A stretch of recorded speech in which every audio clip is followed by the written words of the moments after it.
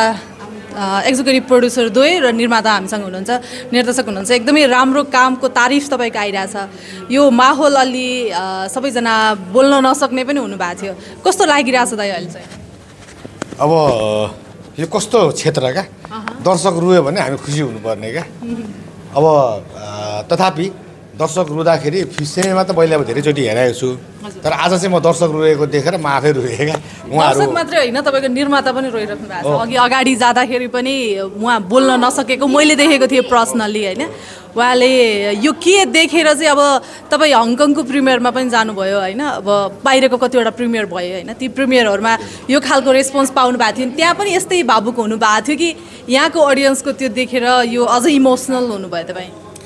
Main कुरो चाहिँ अब हामीले मेरो चाहिँ थिङ्किङ के थियो भने एन्जिलाको सफलता होइन, स्ट्रगलिङको बेलाको चाहिँ जुन दुःख अनि त्यस पछाडिको सफलता अनि त्यस पछाडि यो मुभी बनाइदिनुमा चाहिँ सबैभन्दा ठुलो हात अथवा एकदम मेहनत गरेर यति इमान्दार साथ काम गरेर यो मुभी बनाइदिनु भएकोमा चाहिँ मैले जहिले पनि मिलन चाम सरकारलाई चाहिँ एकदम सम्झिरहन्थेँ क्या कि उहाँले गर्दा आज म यहाँ छु के।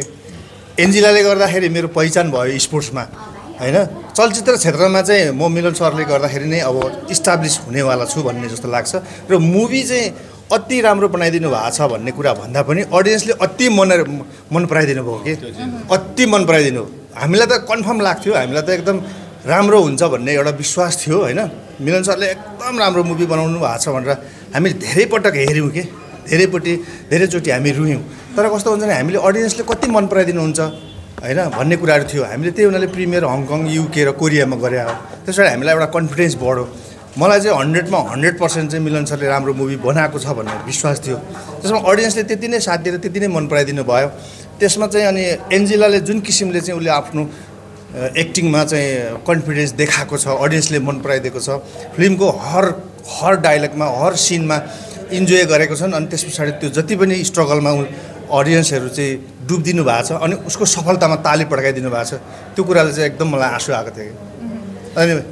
अनि बार चाहिँ म सम्झिन्थेँ कि मैले कस्तो बेलामा मैले मिलन सरलाई भेट्न पाएँ अथवा कस्तो समयले मलाई साथ दियो। आज हिजो म खेलकुदमा मात्रै चिनेको मान्छे हो, आज म त्यति नै चर्चित, त्यति नै मेरो चाहिँ एउटा चाहिँ उचाइ, त्यति नै मेरो चाहिँ योगदानको कदर गरिदिनु भएको छ मिलन सरले। म जहिले पनि मिलन सरप्रति चाहिँ जहिले पनि आभारी हुनेछु। म मेरो योगदान देखाइदिनु भएको छ नि त उहाँले, त्यो कुराले चाहिँ मलाई एकदम जहिले पनि टच गर्छ क्या। सधैँ जिन्दगीभर आभारी नै हुन्छु होला सायद म मिलन सरको।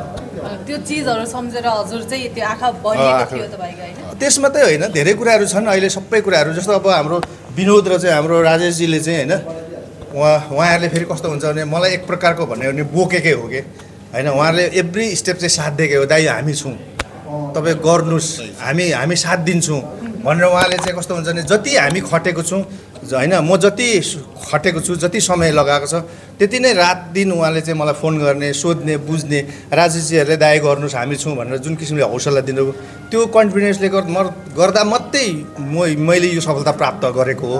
हाम्रो टुबेन्द्र लिम्बूले पनि मलाई त्यति नै साथ दिनुभएको छ होइन, युकेमा त्यति नै सफलता साथ उहाँले चाहिँ सहयोग गर्नुभएको टुबेन्द्र लिम्बूले, हाम्रो को प्रोड्युसरले होइन। अब राजेशजी र चाहिँ अब हाम्रो चाहिँ विनोदजीहरूले चाहिँ सायद साथ नदिनुको भए म बिचमा धेरै टेन्सनमा हुन्थेँ होला होइन।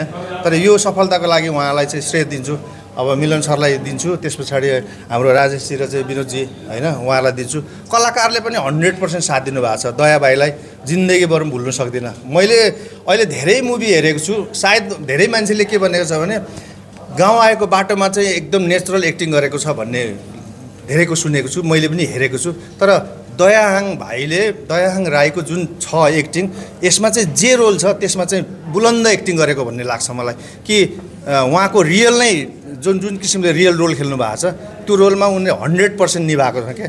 एक्टिङमा चाहिँ म दया भाइलाई पनि एकदम मान्छु। त्यसमा सृजना सुब्बालाई अभिनयको रानी पनि भनिन्छ होइन, हाम्रो मिलन सरले जहिले भन्नुहुन्छ होइन, ऊ चाहिँ किङ अफ एक्टिङ भनेर चाहिँ होइन। त्यस कारणले गर्दाखेरि अरू कलाकारहरू नानीहरूले है नमिक्षाहरूले जुन गरेको छ नि होइन, यो एजमा यो उमेरमा होइन, सिनोलले जुन एन्जिलाको रोल गरेको छ अनि त्यस पछाडि उसले दिदीको जुन किसिमको रोल गरेको छ, यो सानो चाइल्ड आर्टिस्टहरूले जुन बुलन्द एक्टिङ गरेको छ होइन, वेदना भयो, सुमिन भयो, सुरज भए, यी सबै कलाकारहरूको, विजय बरालको भयो, बुद्धि तामाङको भयो, माउसे गुरुङको भयो, सुनिल दाईको भयो, सिद्धार्थ सिंहहरू A1ले साथ दिएको हो क्या मलाई। त्यो कारणले गर्दाखेरि टेक्निसियनदेखि लिएर सबै मान्छेले साथ दिएर आज अडियन्सले साथ दिएको जस्तो लाग्छ मलाई। विनोद भाइ, तपाईँ चाहिँ यो खेल चलचित्रमा विशेष गरेर खेलवाला स्टोरी छ, यसमा कसरी कनेक्ट हुनुभयो, कसरी कन्भिन्स हुनुभयो? म चाहिँ प्रेम दाइलाई लगभग 25 वर्षदेखि चिन्छु। 18 वर्ष एपिएफमा खेलमै लागिराख्नु भएको थियो। म काठमाडौँ जाँदाखेरि पनि मलाई एपिएफमै बोलाउनुहुन्थ्यो। म त्यहाँ सना अरू मतलब युज पनि गर्थेँ अनि मलाई रमाइलो लाग्थ्यो। उहाँ जहिले पनि ब्याडमिन्टन खेलिराख्नुहुन्थ्यो अनि उहाँको इच्छा थियो कि एन्जेलाको लागि मुभी बनाऊ भनेर।